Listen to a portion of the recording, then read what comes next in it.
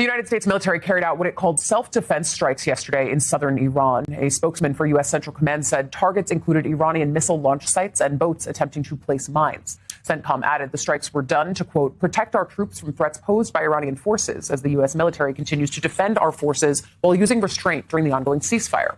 It's not the first time fire has been exchanged in the region throughout this tenuous truce. Iran didn't immediately respond to the attack publicly, but state TV reported blasts around a city on the Strait of Hormuz, and Iran's supreme leader said yesterday the U.S. will no longer have a safe haven in the Gulf. That renewed set of strikes comes as an Iranian delegation traveled to Qatar yesterday as part of peace talks. The status of negotiations, however, remains unclear, with mixed messages coming from both warring parties. The Associated Press cited two regional officials and a U.S. official who outlined some details of a possible deal, including an end to the fighting on all fronts, including in Lebanon, the gradual reopening of the Strait of Hormuz, and seeing Iran give up its stockpile of highly enriched uranium.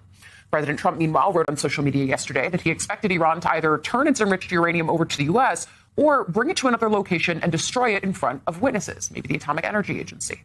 It's not clear if Iran has agreed to this, and the country's foreign ministry spokesperson said yesterday Tehran was not discussing details of its nuclear program. It all comes as Secretary of State Marco Rubio said negotiations with Iran could still take several days. He told reporters yesterday diplomats are working through details of a potential peace agreement. I think our position is well stated. The president had a very important, I think, historic call just a couple days ago with a number of leaders from the region. I think there's strong alignment and agreement on what a preliminary draft should look like. I think that, like anything with something like this, it's going to take a couple days to settle on, even down to the disagreements over a word, a sentence. So we'll have to work through that. If there's going to be a deal, we're going to have to work through that. But this is, it's either going to be a good deal or there isn't going to be one.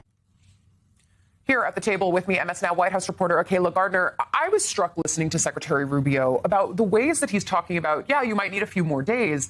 But when you talk about quibbling over which words to use, it feels like saying we've made the broad agreements and now we're just drilling down on dotting the I's and crossing the T's. Is that actually where this process is?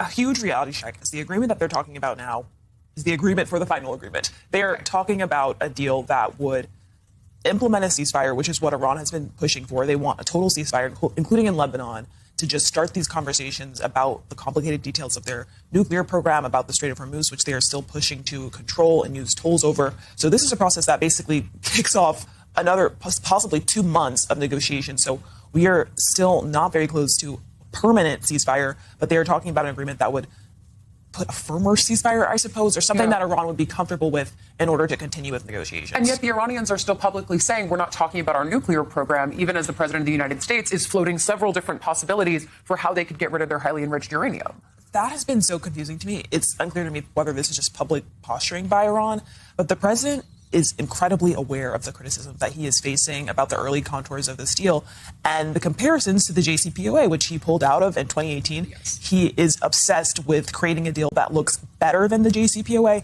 And most of what we've heard, even destroying the majority of its uranium, that was also part of the JCPOA. And I think that is why the president is now pushing for this expansion of the Abraham Accords, which he has wanted to do for a long time, because it would give him something unique to tout, but also complicates these negotiations so much. We're talking about negotiations that typically last months on their own, and he is now putting them on parallel tracks and asking for this to be a mandatory request for so many Gulf countries. Yeah, and of course, when you talk about the Abraham Accords, one of the great foreign policy successes that this administration likes to tout from its first term in office, and it's also one of the things that now has Senator Lindsey Graham praising what they're doing as someone who had previously, just in the last 48 hours or so, been very critical of the Iran deal that was coming together, in large part because of the ways that it has shades of that Obama-era deal. Mark Polymeropoulos and I are obsessed with talking about the ways that these deals with Iran and the U.S. might actually end up looking quite similar, despite all of the many months and years that Trump spent completely lashing out at the Obama-era deal and now ending up with something that kind of looks similar. Absolutely. And the president has been posting cartoons about this. He is very much trying to create this comparison that he is already, quote, winning the war. Even yesterday at the Memorial Day remarks that the president gave, I couldn't help think about Secretary Pete Hegseth talking about in the very early stage of this war, criticizing the press for covering the deaths of some of the first service members in this war and saying that they were trying to make the president look bad. The president is obsessed with his public perception. And even before this deal, he was trying to create these expectations that whatever he produces will be better than JCPOA. And I think we have to wait to see the fine print to actually see if that's true. Yeah, there's the policy toll that we've talked about, and then there's the human toll that you're centering there rightly, especially the day after Memorial Day. But let's dive in a little bit deeper there, too, because President Trump began Memorial Day yesterday with an early morning social media post attacking the Democratic Party. He wrote in part, "Happy Memorial Day to all, including the Democrats who disrespect our military and all of the tremendous success that it has had over the last year." Several hours later, the president marked the holiday in a more traditional manner. He traveled with the vice president and other officials to Arlington National Cemetery. There, the president laid a wreath at the tomb of the unknown soldier and gave brief remarks. In his speech, the president honored our fallen heroes and touted his recent military successes.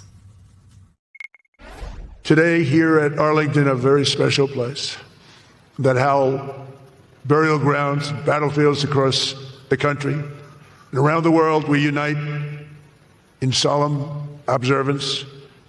With reverent hearts, we honor those who fell so that our republic might stand, those who died so that our nation could live, those who gave up their sacred light on earth so that the sublime light of American freedom would shine forever and ever. This Memorial Day, we salute them, we exalt them, and we thank them for all that we have and for all that they gave. They gave everything. God bless our fallen heroes. In 2 wars recently, we've lost a total of 13 service members. In Venezuela, which was a complete and total victory, where we're working very closely with the Venezuela government right now. We took that over in one day. We lost no one. In Operation Epic Fury, we lost 13 wonderful souls, wonderful special people. These incredible men and women gave their lives to ensure that the world's #1 state sponsor of terror will never have a nuclear weapon. Oh, and they won't. They will never have a nuclear weapon. I'm sure you know that. So even in such solemn remarks on a day such as Memorial Day, 2 days before, the president had been almost diminishing the fact that only 13 people had been lost over the course of this months-long Iran war. I mean, it's the normal thing you do in that you go to Arlington as the president, you give remarks on this kind of a day, but tweeting about Democrats on Memorial Day, I mean, it just completely misses the mark. Yeah, the president is acutely aware, particularly of the criticisms of his supporters. You mentioned Lindsey Graham, also his former Secretary of State, Mike Pompeo, but he also only mentioned some of the Republicans that he normally goes after, which was Bill Cassidy, Senator Thom Tillis, not some of the people that are typically his allies. But something that I've been thinking about is you heard the president there talking about ensuring that Iran never has this nuclear weapon. Are there going to be U.S. troops that we see extracting this uranium? That's a question I have. That could put them in harm's way.